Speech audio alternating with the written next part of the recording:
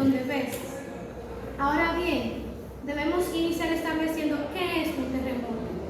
Un terremoto no es más que un temblor repentino y rápido del suelo ocasionado por el desplazamiento de rocas subterráneas muy por debajo de la superficie de la Tierra.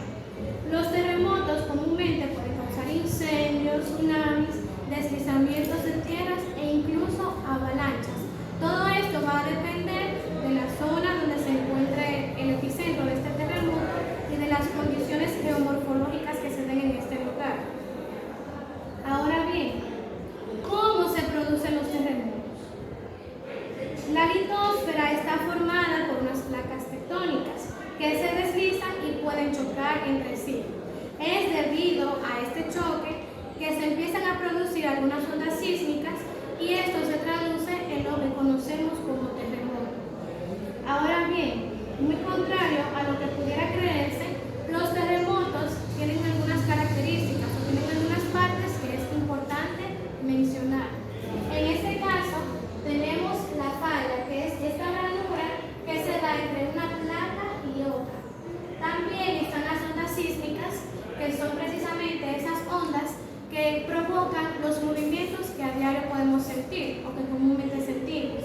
También tenemos el hipocentro, que es el punto dentro de la corteza terrestre donde se da el terremoto, y está el epicentro, que es el lugar en la superficie de la Tierra donde se puede sentir el terremoto. Ahora bien, ¿cómo se miden los terremotos? Dependiendo de cuál sea el objetivo, hay dos distintas formas de medir terremotos. En primer lugar está la escala de Richter, que esta se encarga de medir la magnitud como tal del terremoto, es decir, el impacto que tiene este terremoto. Un terremoto que tenga un alto nivel en la escala de Richter no necesariamente significa que deba tener un alto valor de daños. Otra forma de medir los terremotos es a través de la escala de Mercalli.